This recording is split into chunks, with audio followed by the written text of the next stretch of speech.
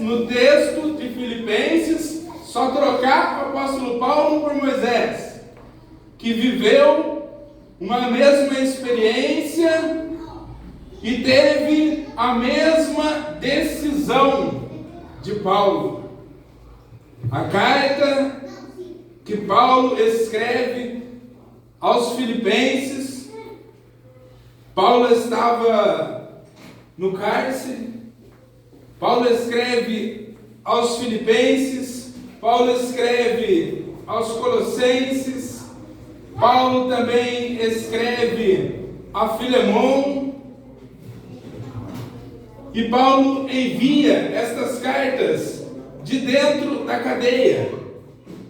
Paulo também, nesta mesma feita, ele escreve aos Efésios.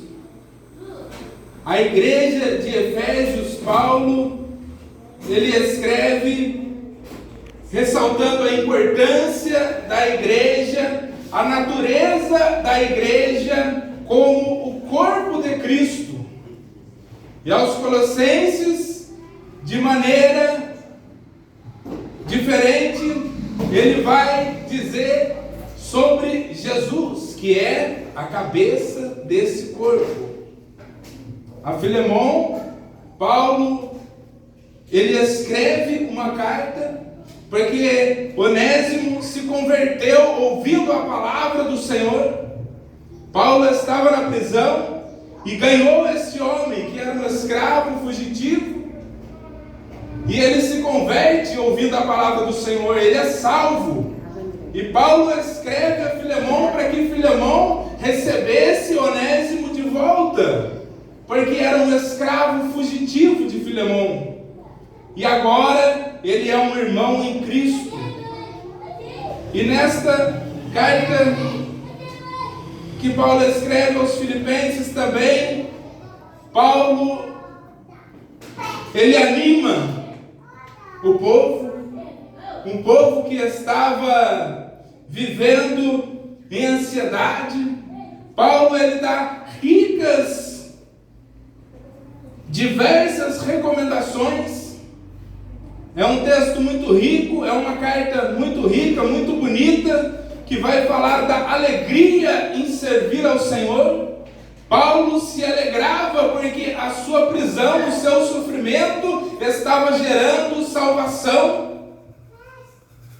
E Paulo, no capítulo de número 3, Paulo, ele escreve orientando, dizendo ao povo para eles tomarem cuidado com o legalismo, ou seja, aqueles que estavam achando que estavam fazendo através de sua obra, obedecendo uma lei, e estavam sendo salvos. Mas a salvação, ela é pela graça. A salvação, ela nos foi concedida através da morte de Cristo naquela cruz.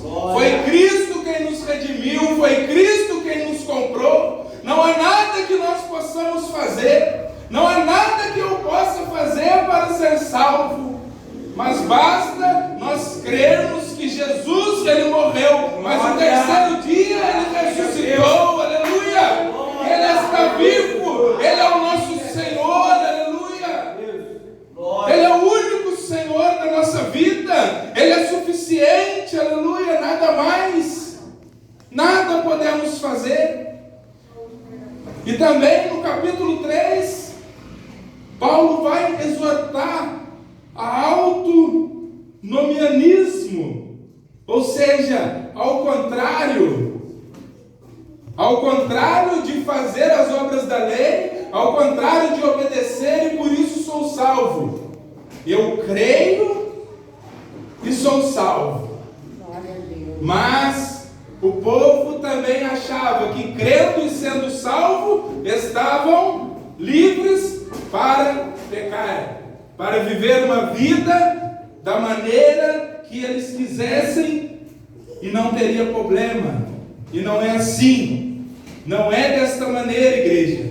Nós somos salvos da mão do diabo para servir a Cristo. Nós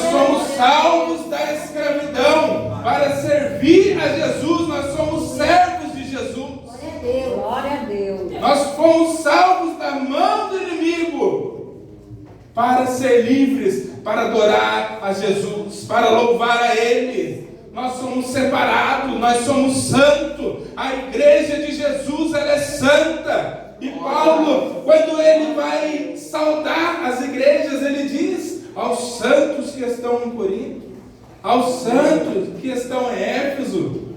Não é só uma maneira religiosa, um costume de se falar, não, mas é um estado em que nós vivemos. Nós fomos santificados, Hebreus 10:10, Jesus, Ele nos santificou pela oblação, pelo sacrifício único e suficiente na cruz do Calvário. Nós somos santos, nós somos diferentes do mundo, nós fomos separados para andar em santidade. Aleluia! E Paulo aqui, ele está exortando, Paulo ele está alertando a igreja que estava em Filipos, para que eles aceitassem a graça de Jesus em sua vida e fossem fiéis a Ele, fossem servos fiéis a Jesus. Aleluia. O texto ao qual eu li, irmãos, também em Êxodo, para nós meditarmos no capítulo 2, que vai falar da vida de Moisés. Êxodo, na nossa Bíblia, na nossa tradução, nós sabemos que significa saída. A saída do povo de Deus do exílio, do Egito. Eu estava meditando no texto original em que a Bíblia foi escrita. Êxodo não é saída, mas sim no deserto. A palavra é Shemote, foi traduzida para Êxodo. No deserto, o povo saiu, o povo estava sendo livre da escravidão, mas indo para o deserto.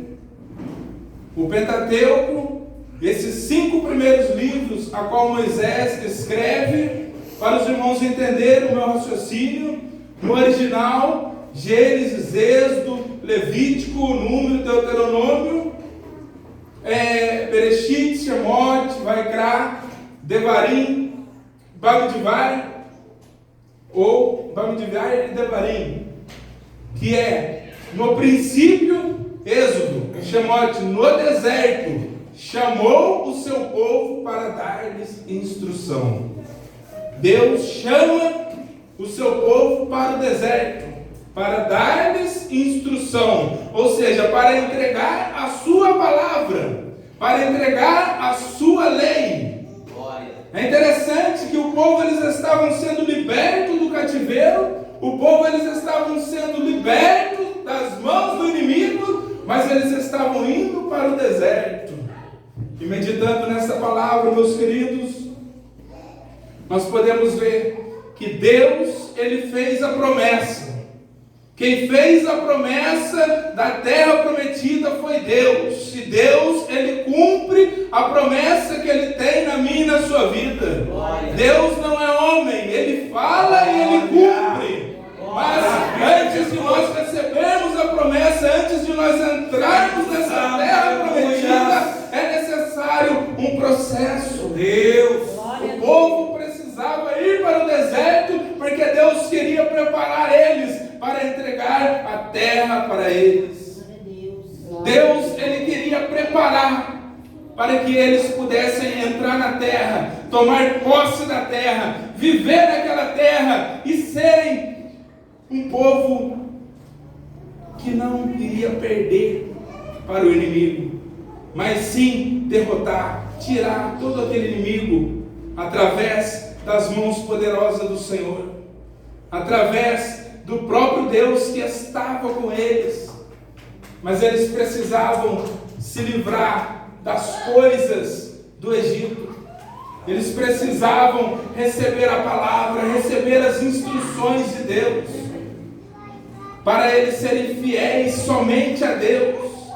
Porque Deus, Ele quer, irmãos, que nós sejamos fiéis somente a Ele. que nós adoramos somente a Ele. Maravilha, glória. E no capítulo 2 de Êxodo, Deus ele usa Moisés. Deus ele usa um homem do seu povo. O versículo de número 6 está escrito que ele era um dos meninos dos hebreus. A filha de Faraó disse isso. Moisés também sabia disso. Deus ele vai usar quem está na casa para ganhar as pessoas da sua casa. Deus ele escolheu você, meu irmão, minha irmã, porque você está aqui nesta noite buscando a Ele. Ele vai salvar a sua família. Aleluia. Deus ele vai salvar aquele a qual você veio nesta noite buscar por uma libertação. Deus ele vai curar através da sua vida as enfermidades. Deus ele quer usar nós. Deus ele usa Moisés, que é do próprio povo, para libertar aquele povo. O versículo de número 1 diz que Moisés, ele nasceu. Moisés ele foi concebido por um levita e uma levita. E foi um homem da casa de Levi e casou com uma filha de Levi. Nós podemos ver que aqui esse homem tomou uma mulher da mesma tribo, obedecendo a ordem do Senhor. Eles eram da tribo de Levi. Eles começaram fazendo a coisa certa. Eles começaram obedecendo a voz do Senhor. Aleluia. Porque não era para tomar das mulheres estrangeiras. Não. E eles obedeceram.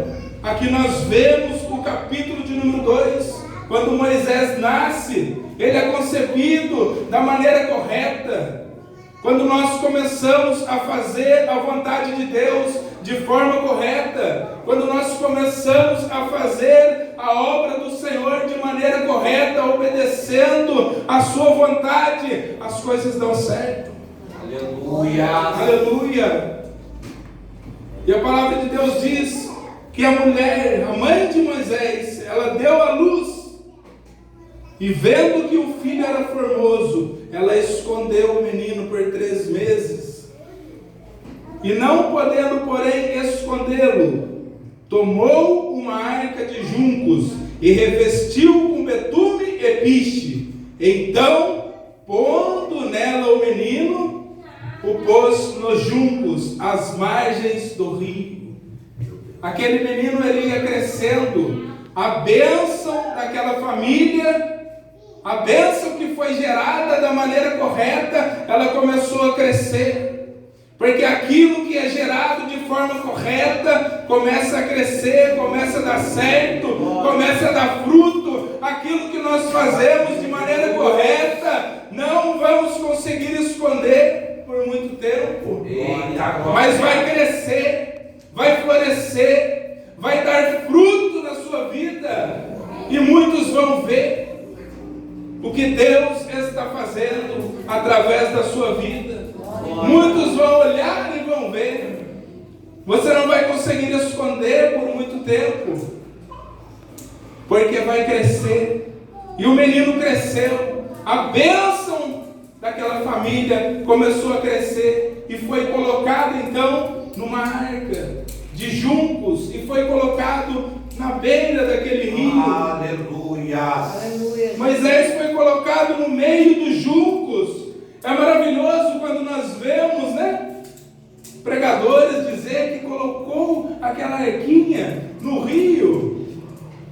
E o rio estava descendo e aquela arca começou a subir para ir então aonde a filha de Faraó estava. Porque a parte baixa era a parte pobre e a parte alta era onde ficava o reinado, o palácio. A água vinha limpa e corria para a parte pobre, para a parte baixa da cidade. Aleluia. É muito lindo, porque é dessa maneira mesmo que Deus faz. Aleluia. Deus, Ele faz um modo que o homem não entende. Tudo pode estar vindo ao contrário na nossa vida. Tudo pode estar vindo para não dar certo o plano de Deus em nossa vida. Mas em Cristo nós somos mais que vencedores. Glória! Em Cristo nós somos mais que vencedores. Aleluia!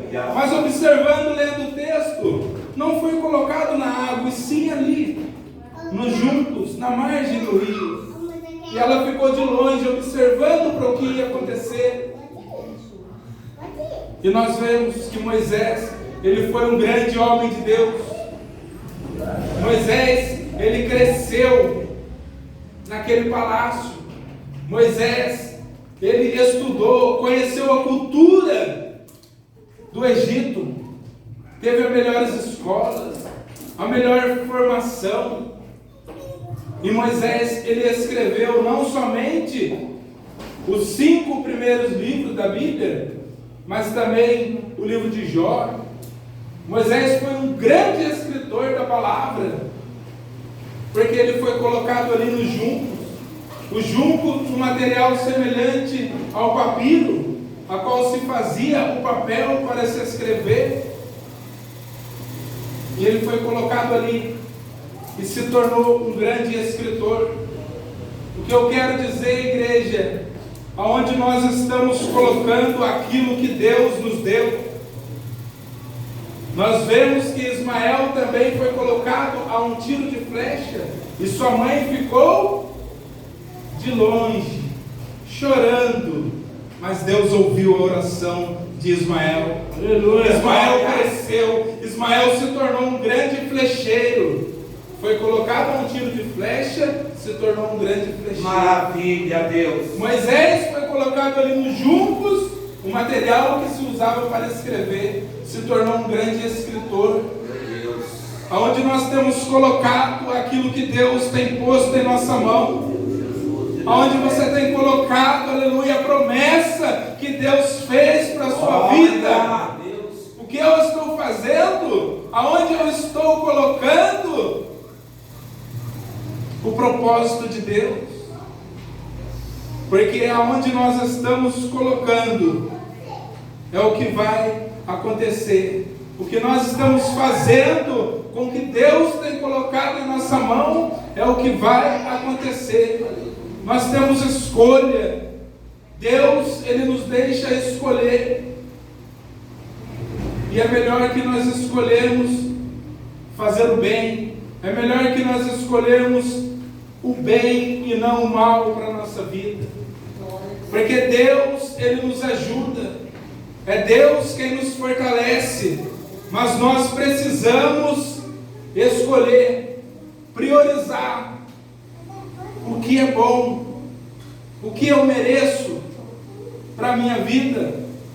E quando nós nos esforçarmos, Deus, ele vai nos ajudar. Paulo, ele escolheu servir ao Senhor, servir, fazer a vontade de Deus e deixar para trás toda aquela bagagem que ele tinha conquistado. Glória! Nós precisamos escolher servir a Jesus, vivermos pela graça, porque a vontade dele é melhor para a nossa vida. Glória! Muitas vezes nós não entendemos, nós olhamos e achamos que o que nós escolhemos, que o que nós fazemos para a nossa vida é o melhor, mas não é.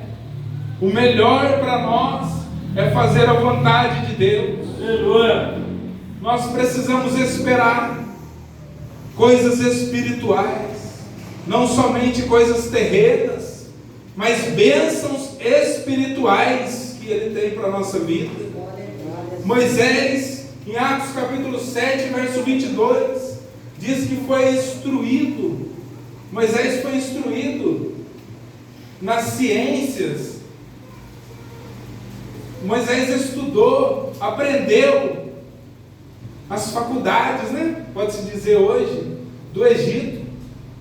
Mas ele escolheu servir ao Senhor. Glória! Moisés, ele escolheu servir ao Deus vivo. Glória! Ao Deus de sua mãe, ao Deus do seu povo. Aleluia! Aleluia! Em Hebreus capítulo 11, versículo de número 24, irmãos, diz assim: pela fé, Moisés, sendo já grande, recusou ser chamado filho da filha de Faraó, escolhendo antes ser maltratado com o povo de Deus, do que por um pouco de tempo ter o gozo do pecado, tendo por maiores riquezas o vitupério de Cristo do que os tesouros do Egito, porque tinha em vista a recompensa.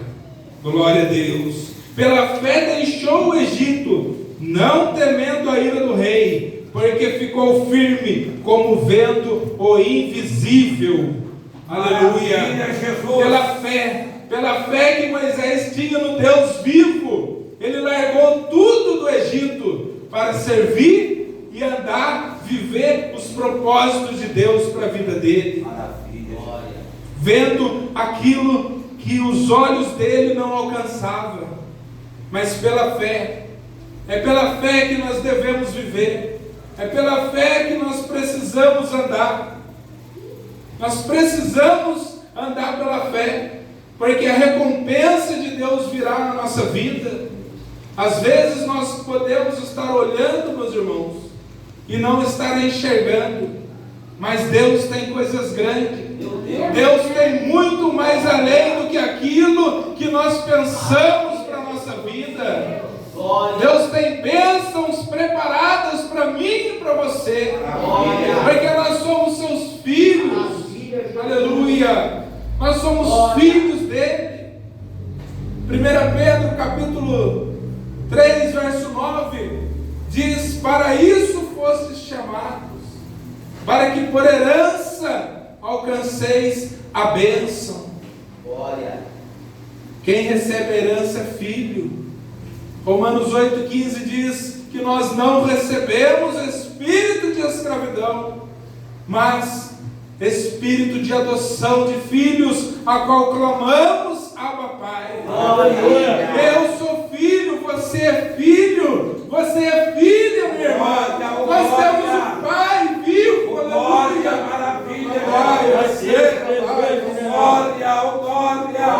Nós temos um Pai. Meu Deus. E Ele ouve quando nós clamamos a Ele. Aleluia. O Espírito Santo se faz presente nesse lugar para receber a sua petição. Ele conhece o seu coração, Ele sabe o que você necessita nesta noite. E nós temos uma herança guardada no céu. É a bênção. Deus tem bênção para cada um que aqui está. Deus, Ele quer abençoar a sua vida, mas nós precisamos escolher obedecer a Ele. O que nos separa do Senhor é o pecado. O que nos separa do Senhor é a iniquidade. Deus, Ele não se afasta de mim. Deus, Ele não se afasta de nós. Deus, Ele está no mesmo lugar. Deus, Ele está no seu trono. Aleluia. O que nos afasta do Senhor é o pecado. É o pecado que nos faz distanciarmos dele. Nós precisamos viver de maneira santa. Nós precisamos viver separados para adorar e servir a Deus. Nós precisamos andar em santidade. A santidade sempre foi uma exigência de Deus, para que Ele fizesse maravilha no meio do seu povo. Deus pedia sempre para o povo: santificai-vos. Eu preciso que vocês se santifiquem, porque amanhã vou fazer maravilha no meio de vós. Coisas tremendas, coisas que vocês não viram, mas é necessário santificar. Deus exigia que o povo se santificasse. É uma exigência do nosso Senhor. Aleluia. Moisés, quando Deus fala com ele naquela sarça, é cobrado dele reverência, é cobrado dele santificação, porque o lugar em que ele estava era santo. Nós precisamos andar em santidade, porque Deus, ele está conosco. Deus, ele está no nosso meio, ele se faz presente nesse lugar.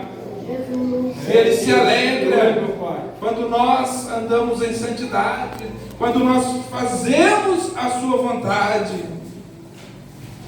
O Senhor ordenou ao povo que se santificassem em Joel capítulo 2, porque ele iria restaurar. A promessa de uma restauração para o povo de Israel, para eles viverem as maravilhas de um avivamento. Deus tem restauração para nós também. Deus, ele quer restaurar na sua vida aquilo que foi quebrado, aquilo que foi perdido. Aleluia. Você pode estar olhando para mim e dizer: irmão Hugo, mas restaurar o quê? Acabou, não existe mais, não tem como restaurar. Eu quero dizer para você que Deus, ele restaura, mas também Deus, ele faz novo hoje na sua vida. Deus, ele pode te entregar algo novo nesta noite. Mas nós precisamos se chegar a ele. Nós precisamos andar em santidade.